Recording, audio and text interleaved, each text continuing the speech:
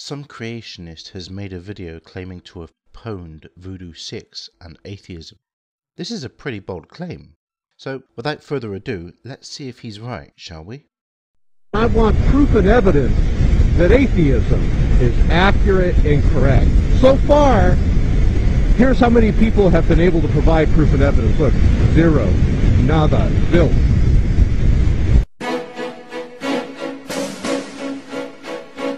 I want proof and evidence that atheism is accurate and correct.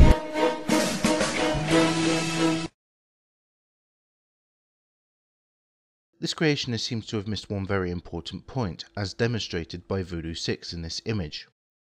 An all-powerful, all-seeing, all-knowing, and all-loving creator of the universe, as proposed by Christianity among other religions, is more than capable of protecting those people whom he deems worthy of his protection. By that logic, the Pope should not need a bulletproof vehicle constructed by natural human beings using naturally occurring raw materials as protection from comparatively powerless human beings.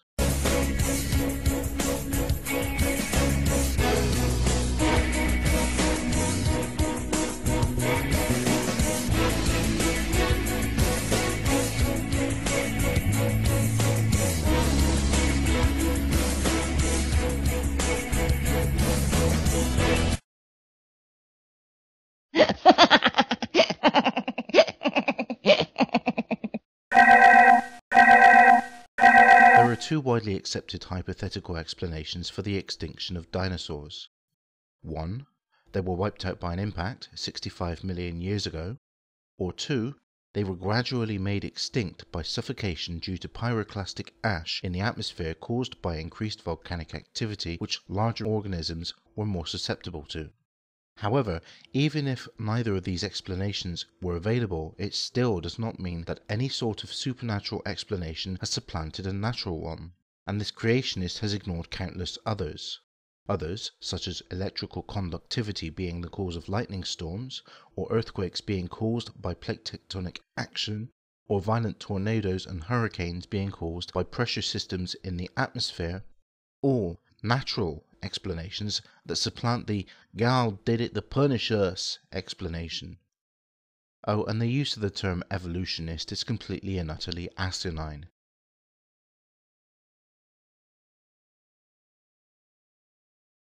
Islam and Judaism have also survived the same trials, as has Hinduism, Sikhism, Buddhism, Taoism, Confucianism, and a whole host of other still active religions, many which have been active far longer than Christianity have.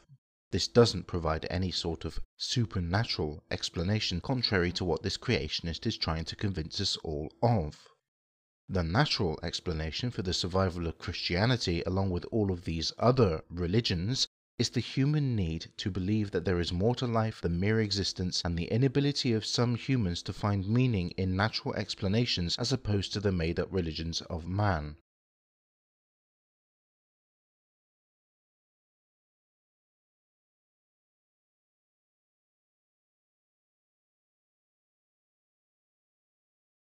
Using the Bible to prove the Bible is circular logic, and it's utterly mindless. Further, it is not difficult for someone to retroactively predict events that have happened long before, and any idiot can make the sort of vague predictions made across all of time, such that any event or sequence of events can be made to fit. Also, there is the self-fulfilling prophecy, the idea that you can claim a prophecy has come true just by setting in motion a series of events that will lead to that prophecy coming true. Believers have been doing this for centuries, and they are experts at this. In the end, using the Bible to claim persecution of Christians, ignoring persecution of people of every other religion on the planet, ignoring the persecution of non-believers as well, and also ignoring the fact that Christianity is the largest religion in the United States of America, does not provide a supernatural explanation that supplants a more reasonable natural explanation.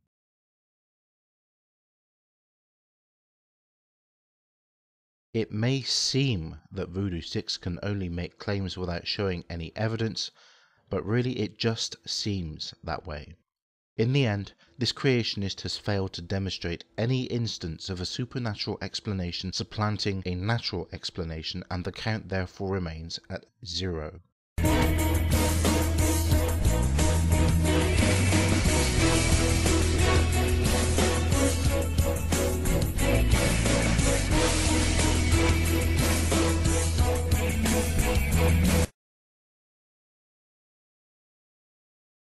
Assertion: God and his angels still walk among us.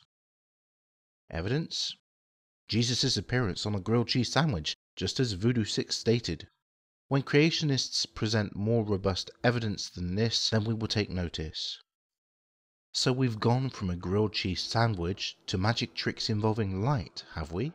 This can easily be explained by any number of a large body of possible causes for this trick of light, all of which are perfectly consistent with natural explanations, and all of which fool gullible rubes far more easily than they will ever fool the more discerning freethinker. And a survival of what at first glance might seem like an unequivocally fatal car accident is not good odds when stacked up against the high percentages of automobile accidents that do result in fatalities. The explanations and the statistics are perfectly in line with standard and naturalistic explanations, with no deviations between believers of different religions or even deviations between belief and non-belief. And any photographer can tell you that any manner of exposure anomalies are possible when taking photographs caused by any number of atmospheric and light aberrations outside and within the camera lens itself. Only the delusional will insist that a photograph like that proposed here was assuredly the result of a supernatural deity looking out for the individual in a car accident. And it is arrogant in the extreme to think that there is an all-powerful creator of the universe looking out for one individual while allowing so many others to perish. Nice trick. It doesn't take much effort to superimpose an image of a glowing cross and a Jesus statue over another shot taken outside a house in Russia, especially if you know what you're doing. This has been standard practice in the special effects industry for many, many decades. It saddens me that creationists such as this one are so easily taken in by trickery such as this. Yet again, another story of a miracle cure coupled with a chromatic aberration in a camera. As stated previously, this is easily explainable by possible light effects that can occur in any of a vast number of possible naturally occurring scenarios. To automatically jump to a supernatural explanation for these things is mindless, and especially it is arrogant to think that there is a God looking out for your child when so many other lives are lost by people who pray ever more devoutly than these people do.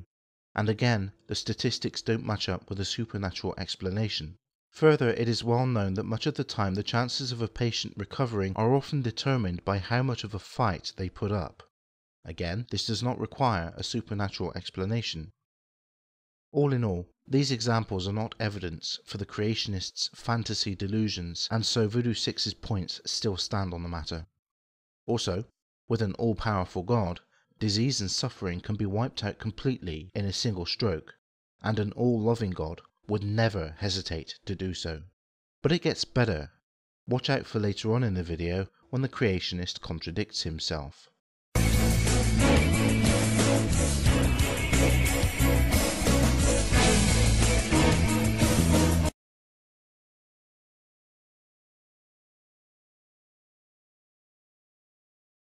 I don't suppose our creationist has read Genesis any time lately. Here's an example from one verse, chapter 3, verse 8. And they heard the voice of the Lord God, walking in the garden in the cool of the day. And Adam and his wife hid themselves from the presence of the Lord God amongst the trees of the garden. Then again, I wonder if our creationists have read these verses, from chapter 11, verses 4 through 6. And they said, Go to, let us build a city and a tower whose top may reach unto heaven, and let us make a name, lest we be scattered abroad upon the face of the whole earth. And the Lord came down to see the city, and the tower which children of men builded. And the Lord said, Behold, the people is one, and they have all one language, and this they begin to do, and now nothing will be restrained from them which they have imagined to do. Seems that not only does the God of the creationists' fantasy not want humans to achieve what they set their minds to, but that this God once existed up above the surface of the earth. And though it is not explicitly written, it would imply that he is in the sky. Why? Because in space there is no such thing as up or down. Space is a three-dimensional construct, and up and down are very much secondary to north, south, east and west. They all use the same frame of reference, that being the Earth, whereas in space, your frame of reference is likely to change depending on your destination and where you are.